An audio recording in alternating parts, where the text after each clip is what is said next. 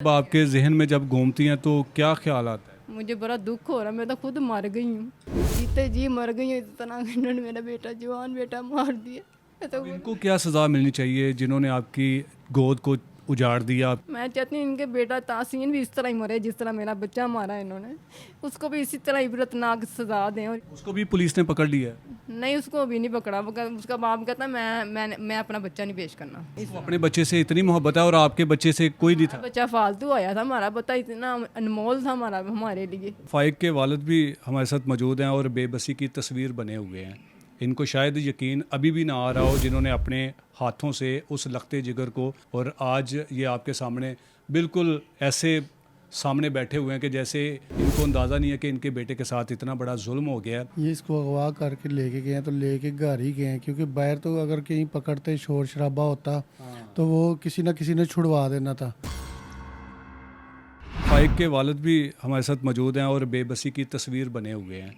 इनको शायद यकीन अभी भी ना आ रहा हो जिन्होंने अपने हाथों से उस लखते जिगर को, और आज ये आपके सामने बिल्कुल ऐसे सामने बैठे हुए हैं कि जैसे इनको अंदाज़ा नहीं है कि इनके बेटे के साथ इतना बड़ा जुल्म हो गया है और अब इनको इंसाफ मिलेगा या फिर इंसाफ के लिए ये कब तक जलीलो ख्वार होते रहेंगे।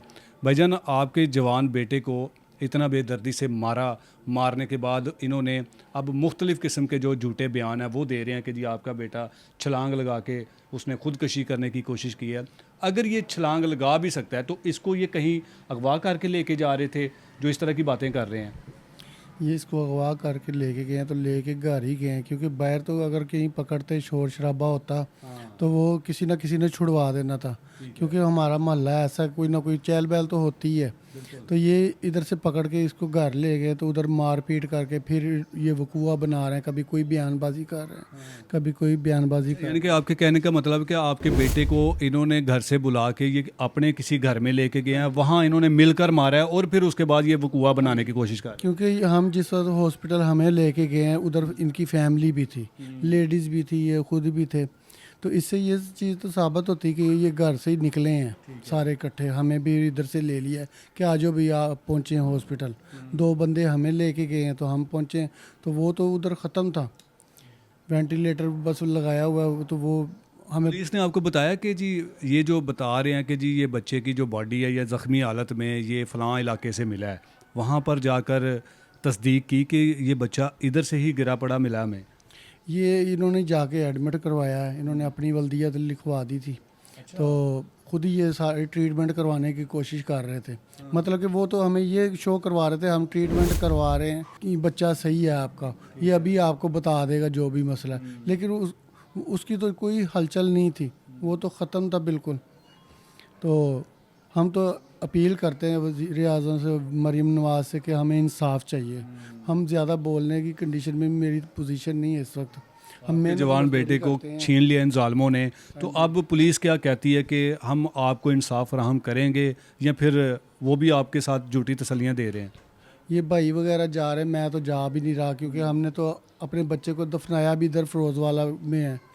तो क्योंकि हम उधर बासर लोग हैं उनके साथ, तो हमें तो उनसे भी ख़तरा है। ये जो आपके बेटे के मुबैना ये बासर हैं? बासर लोग हैं, कोई मलेशिया से आया है, कोई कहीं से आया है, इसीलिए तो वो ऐसे कर रहे हैं सबके साथ।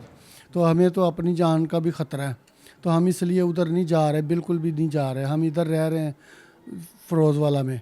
तो अब हमारी कोशिश है कि अब हम कैसे रोज़गार अपना करें, क्योंकि हमारा तो उधर ही रोज़गार था सारा। अभी तक पुलिस आपके साथ अच्छा तावन कर रही है? ये भाई वगैरह जा रहे हैं, मुझे नहीं, मेरे इल्म में, क्योंकि मेरी भाई क्या बताते हैं कि जी पुलिस का जो रवैया है वो ठीक है?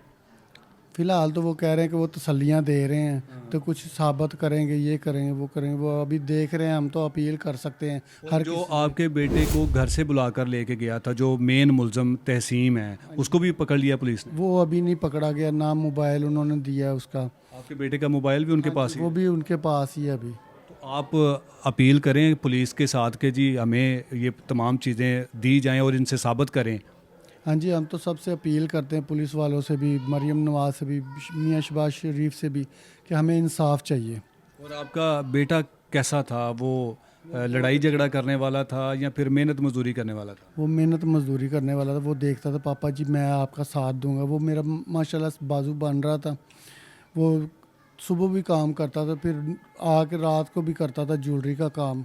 कि वो इतना मेहनती था कि पढ़ाई के साथ साथ आपका बाजू भी बन चुका था और आपका भी हाथ बटा रहा था। बिल्कुल 9th के उसने पेपर दिए हैं, तो वो अभी साथ में काम भी कर रहा है, पढ़ भी रहा है, लेकिन इन्होंने ऐसे हमारे साथ ज़्यादती की है। नाज़रीन, आपने इन गरीब वालदैन की सारी कहानी सुनी है कि इनके बेटे को जो करने वाले जो मुबैना वो किस तरह से झूठी कहानियां बना रहे हैं और पुलिस को गुमराह करने की कोशिश कर रहे हैं। पुलिस अगर इस केस की मेरिट पर तफ्तीश करेगी तो यकीनन ये साबित करेंगे कि इस बच्चे को कहां पर मारने के बाद इन्होंने उसको पुल से गिराया या फिर उन्होंने बाइक से गिराने की कोशिश की। अगर ये मुलजमान के बयान की भी तस्दीक करना चाहे तो लाहौर में जगह जगह सेफ सिटी के कैमरे लगे हुए हैं। ये उस बच्चे को ले जाते हुए कि किसी न किसी कैमरे में सीसीटीवी फुटेज ज़रूर इन्हें मिल जाएगी। लेकिन अगर पुलिस इन गरीब वालदैन को इंसाफ फराहम करना चाहे, हमारा आला हुकाम से ये मुतालबा है कि इन तमाम मुलजमान के साथ साथ वो जो मुलजम जिसने इनके बेटे को घर से बुलाया और फिर उसके बाद तमाम घर वालों ने मिलकर इनके जवान साला बेटे को मारने के बाद या फिर मुबैना तशद्दुद करने के बाद उसको, इन तमाम मुलजमान को कैफरे किरदार तक पहुँचा कर इन्हें इंसाफ दिया जाए। इजाज़त चाहूँगा। अल्लाह निगहबान।